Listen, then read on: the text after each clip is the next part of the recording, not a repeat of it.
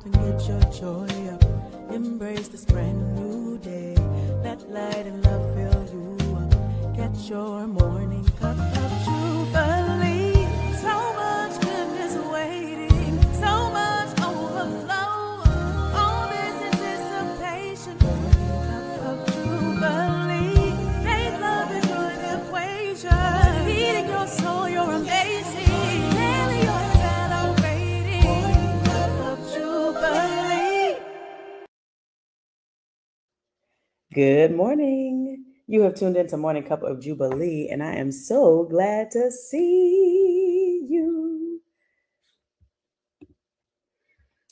Listen, when life is moving fast, changing daily, and you feel like you're trying to hold on, you're trying to just hold everything together, the first thing that usually gets tested is your mind. Okay? You know it's true. It's the first thing that usually gets tested. And if your mind isn't stable, nothing else feels stable either. But here is the truth.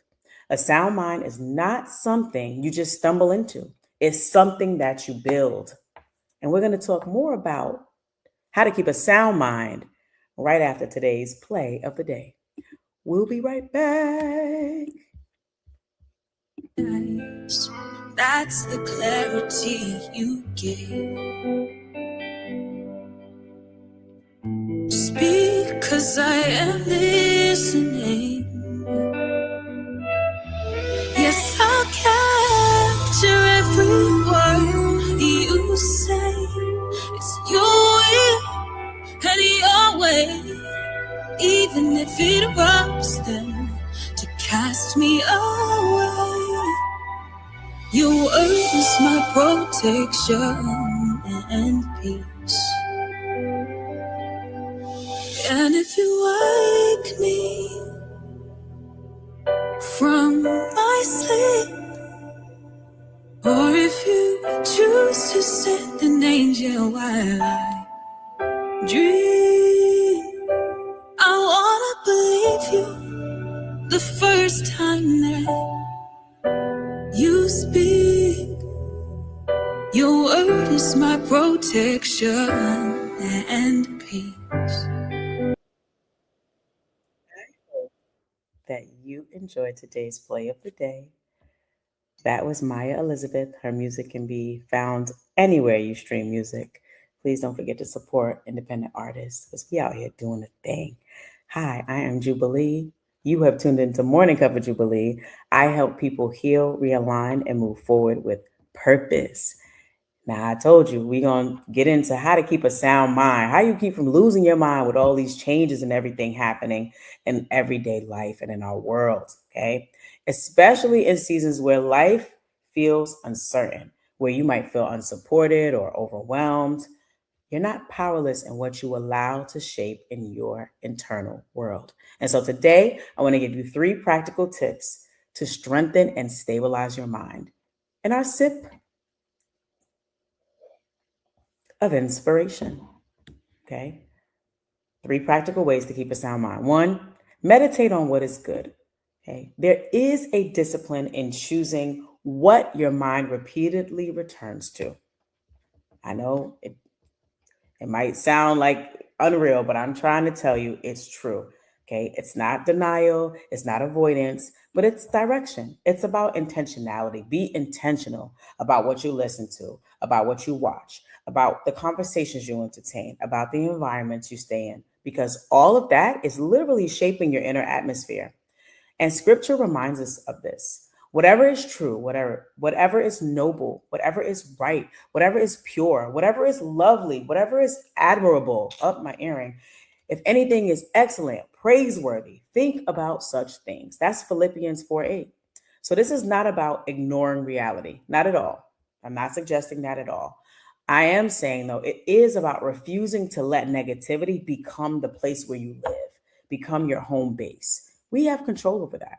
Okay. Number 2, build and strengthen your mind daily. A sound mind is trained, not accidental. People ask me, Jubilee, you've been through so much. How'd you make it through? In addition to the grace of God, it was through intentionality. I consider my mind a garden.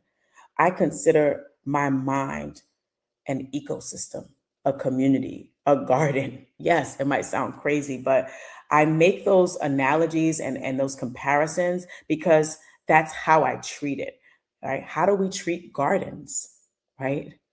How does an ecosystem run? Right? There's a flow, there's an ebb and flow, and one thing feeds another, and one thing creates another, right? If this lives, then this is able to live, right? If this dies, this probably also dies. In a garden, we're making sure that the soil is good, that it's good soil. We're making sure that it's watered. We're checking the temperatures around, right? Certain trees can't grow in certain temperatures. Certain plants won't bear flowers or fruit if it's too hot or if it's too cold, if it's right. We care about the conditions that we are cultivating gardens in. And I think we should do the same thing with our mind. Okay. So, like I said, a sound mind is not accidental, it is intentional, it is trained.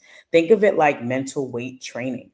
You don't only build strength in crisis, you build it in preparation. And that means developing habits of reflection, practicing emotional regulation, learning how to pause before reacting, reinforcing truth when things feel unstable, even in off seasons, if you have them, you are still building.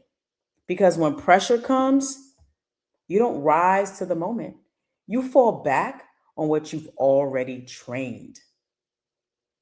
Number three, celebrate and practice gratitude often. You've heard me say this over and over again because I really can't say it enough.